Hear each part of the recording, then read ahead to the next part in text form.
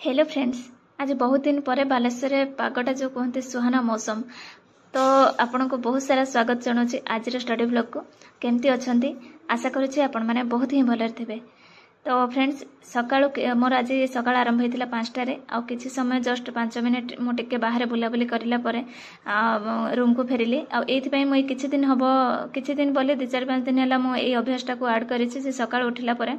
आगे से घर भितर पशिकी रोनी कि बाहर जो फ्रेश एयर जो रोचे तो ऑक्सीजन टिके भल थाए तो तेणुक बाहर टिके बुली आसले माइंड टा बहुत फ्रेश लगुच जहाँफल टिके भल लगुचे जेकोसी कम को स्पीड रे करी होउची टिके तो माइंड टा भल रहिले आपण जेकोसी कम को गोटे भल भाव में करें। तो मो बुलाबुली करके आसी सारा पर मोर प्रथम शेड्यूल रही टिके मेडिटेशन करवा तापरे मो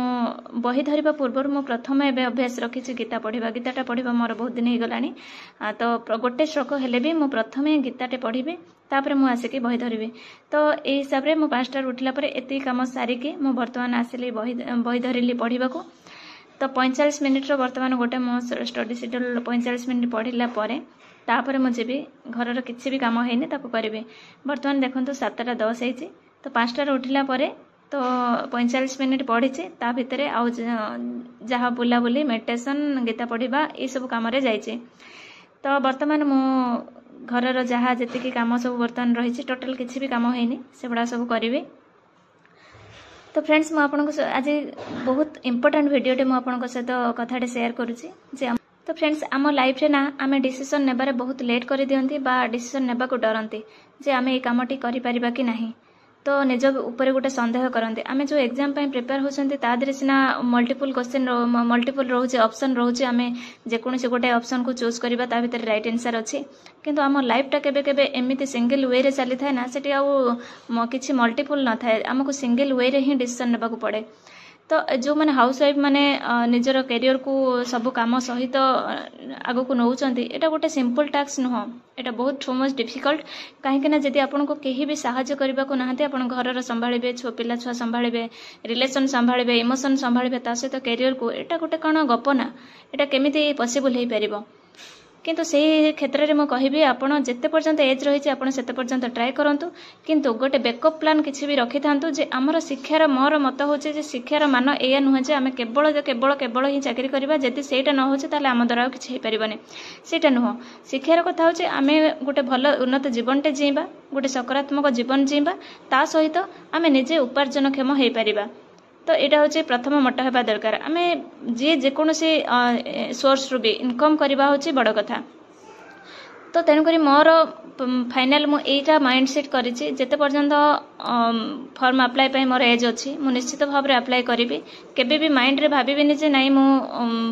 एग्जाम केबे देबिनी सेमिति किछि माइंड रे नेबिनी किंतु बैकअप प्लान भाव में मुझे एबे निजको माइंड सेट करिछि जदि जॉब न हैला ताले कोन मु बेकार रहि जिबे कि तो सेटा तो इम्पॉसिबल कहीं प्रति वोमेन ये एम्पावर होगा दरकार प्रति वोमेन निजर सेल्फ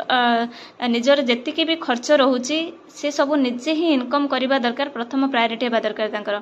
तो सही वे रे मो निजे एथर माइंडसेट करिछि एग्जाम तो देवी ठीक अच्छे पढ़ाटा मो लाइफ टाइम पढ़ा दरकार कहीं पढ़ाटा आमको अपडेट कराए पढ़ाटा आमर माहौल क्रिएट करे पढ़ा द्वारा आमर परिवार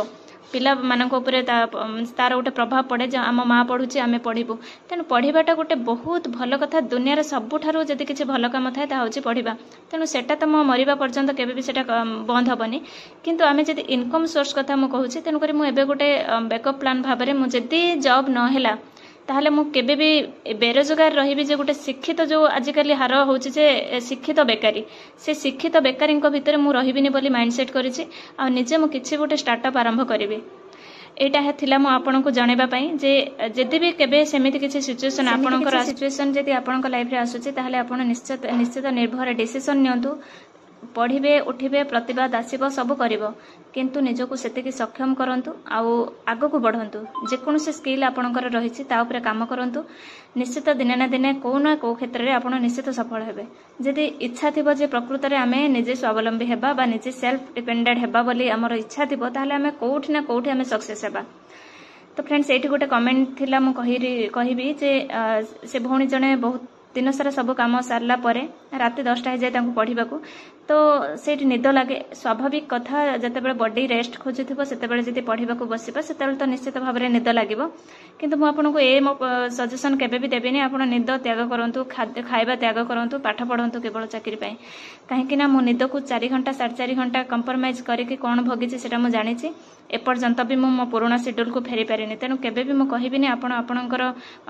सबकि गोटे जॉब है आम लाइफ रो गोटे 10% पार्ट आउ 10% पार्ट आम 90% को हरई देवाई मुझे भी आपको सीटा कहबिनी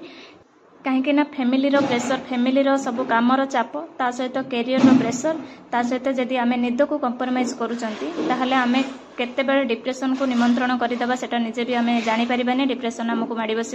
तेणु निद को हाउस वाइफ मैंने निद को कंप्रोमाइज करवा माने डिप्रेशन को डाकिबा तेणु मुझे केबे भी परामर्श देविनी तो आपड़ जी 6 घंटा शुंतु तापर जी गोटे रिलैक्स समय मिलूँ से हिसाब से टिके प्रोडक्टिव स्टडी करने को ट्राए करूँ